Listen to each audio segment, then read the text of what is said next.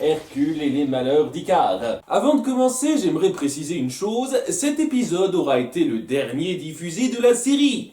J'ai un peu remanié l'ordre histoire d'avoir un final plus conclusif, mais pour les responsables, c'est sur cette dernière impression que vous deviez quitter la série Hercule. Un épisode centré sur Icare. Ça fait réfléchir. L'histoire commence en classe. Cassandre, ma petite fleur de cerisier, je voudrais t'offrir mon moi intérieur. Qu'est-ce que c'est? Toutes mes dents de lait, t'as vu? Du harcèlement malsain. Qu'est-ce que c'est marrant et qu'est-ce que ça me fait apprécier le personnage. Le professeur dédale à l'esprit tellement ailleurs qu'il se rase la barbe à coups de hache de façon pas du tout plausible, barbe qui repoussera quelques heures plus tard. La raison à ce comportement tête en l'air est qu'il a une nouvelle femme dans sa vie. Je veux vous offrir ceci, prenez. Papa lui offre ses dents de lait. Et si le monde tournait à peu près rond, il viendrait de la perdre tout de suite. Mais par Apollon sur son chariot enflammé. Enfin bon, Icare ne le vit pas très bien. À quoi il pense, mon père? Il va briser le cœur de ma mère. Il faudrait qu'un jour tu acceptes le divorce de tes parents. Ah oui, c'est un dilemme de personnage qui a été tellement appuyé avant. Et par ça, je veux dire pas du tout. Je savais même pas que Dédale était divorcé jusqu'à maintenant. Donc, prenant la situation avec la contenance qui le caractérise, Icare décide d'aller annoncer la nouvelle à sa mère. Un couteau m'a transpercé le cœur. Ça pourrait être au sens littéral. Sa mère est contente d'apprendre ça et dit à Icare de laisser une chance à cette relation, ce qu'il ne fait pas. Cette demoiselle Thespis, elle va pas s'en sortir comme ça. Elle a ensorcelé mon père pour l'éloigner de moi. Le concept de cet épisode repose sur l'acceptation d'une famille recomposée. Tout le processus visant à assimiler une nouvelle personne dans sa vie et la peur du changement que ça apporte. Parfois on joue très bien là-dessus émotionnellement, parfois on le parodie bien, et parfois on montre à un ado de 16 ans se comporter en gamin de 5 ans attardé. Allez-vous-en, mademoiselle Thespis.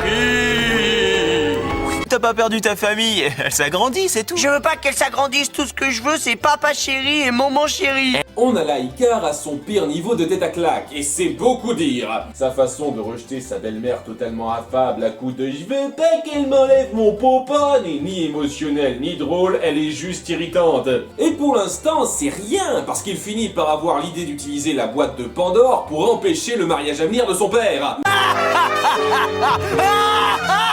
Waouh, Trouduc!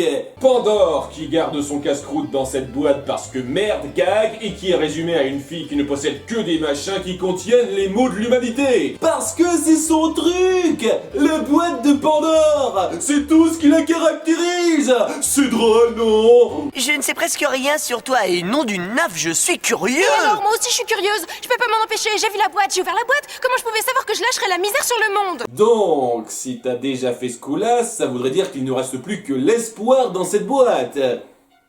Ce qui voudrait normalement dire qu'il n'y a pas d'espoir dans le monde. J'ai jamais trop compris ça. Pour lui piquer sa boîte, il lui fait faire une sorte de rechute de curiosité. Je te connais, Pandore. Tu ne résistes pas à la curiosité. Tu dois savoir ce qu'il y a derrière cette porte. Oui, je dois savoir.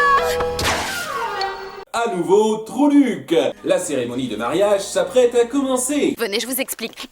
Bon, quand je demande acceptes-tu, vous dites j'accepte. Quand je dis le veux-tu, vous répondez je le veux. Je savais pas que dans cette série, les gens étaient cons au point d'avoir besoin qu'on leur précise ça. Icare décide donc de relâcher tous les maux de la terre durant la cérémonie. Volez, mes jolies misères. Allez, volez. Je pense que la seule façon dont cet épisode pourrait se rattraper, ce serait que Hercule se rende compte qu'Icare a atteint un point de non-retour et qu'il soit forcé de le tuer. Donc oui, tous ces fléaux sont traités de façon complètement grotesque, bien entendu. Oh merde, que lui, c'est mauvaise haleine. Ouf. 2 mots. Ridicule. Hercule parvient à très vite tous les renfermer dans leur boîte, sauf un. Elle essaye de me voler mon papa chéri. Bisous, bisous et on efface Icare du tableau. Vous êtes une voleuse d'amour. Vous voulez kidnapper l'amour de mon papa. Laissez-moi deviner, c'est le fléau de la connerie, c'est ça? Jalousie, je vous prie. Ah, j'étais pas loin. Tout ce que je vois, c'est que tout le monde est contre moi et que vous êtes tous pour elle, tous autant que vous êtes, sauf mon nouveau meilleur ami Jalousie. Non mais sérieusement, Hercule, tu devrais envisager l'option tuer Icare. Pense aux bénéfices à court et à long terme. Bon, je sais qu'il a parfois été un peu utile, comme la fois où il t'a montré la sortie du labyrinthe, alors que tu pouvais sortir par toi-même. Ou la fois où il t'a sauvé du lion de Némée, parce que tu as dû l'en sauver 2 fois avant. Ou la fois où il t'a aidé à lutter contre Hadès pour remettre le monde à la normale, après qu'il a été modifié à cause de son intervention. En fait, qu'est-ce qu'Icare aura jamais apporté? Et s'il se nourrit de moi, eh ben tant mieux. Et il le prend au pied de la lettre. Par Apollon, sur son chariot de feu, Icare vient d'être entièrement avalé par Jalousie. Je sais, je viens de le voir. Et ça donne un jeu sur les mots super grossier en anglais. Hé, je veux sortir de là. On t'a jamais appris à mâcher ta nourriture, Jalousie? Ton père et moi, nous allons te sortir de là. Non, à la réflexion, eh ben c'est pas si mal ici. Ah, le pauvre, pourvu qu'il s'en sorte. Donc, une expédition de sauvetage est lancée. Faut rien avaler. Eh, ça va pas, je suis Jalousie. Glouton, lui, il est parti au mariage d'Écho et de Narcisse. Non, il a été capturé par Hercule. Et puisque tu parles de Narcisse et Écho, est-ce que elle aussi c'est une déesse? On a un passage particulièrement curieux où, en détournant l'attention de Jalousie, Cassandre sent le courant passer entre deux. Jamais je n'aurais cru dire ça à un monstre, mais... Chut, ne dis rien, chérie, je le ressens aussi. Ok, de 1, c'est super Zarb, de 2, il le sait qu'ils sont dans sa bouche, il devrait pas l'oublier en 2 secondes. Évidemment, l'intérieur de Jalousie ne respecte pas du tout les proportions qu'on a vues à l'extérieur, et Icare continue d'être un débile buté. Quelle fiche le camp, mademoiselle qui m'a piqué mon papa à moi. Icare. Icare, fais tes excuses à Mademoiselle Thespis. Pourquoi est-ce que j'ai volé sa famille, moi?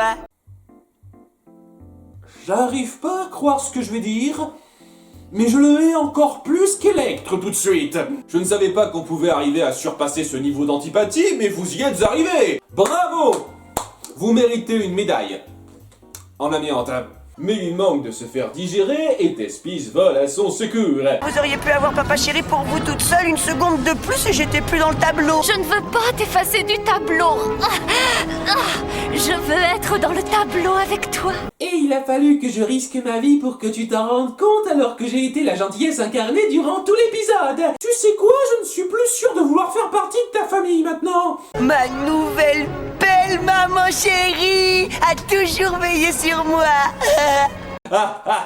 Il a mis la vie de tout le monde en danger.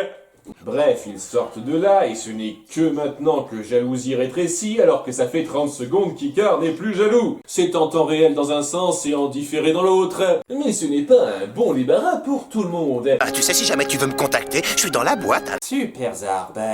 Attends 1 minute. Vous deux, arrêtez de roucouler. Et toi, écoute-moi, mon pote. Je l'ai vu en premier. Elle est à moi. Jalousie redevient géant et les bouffe, puis lui et Cassandre vivent heureux pour toujours.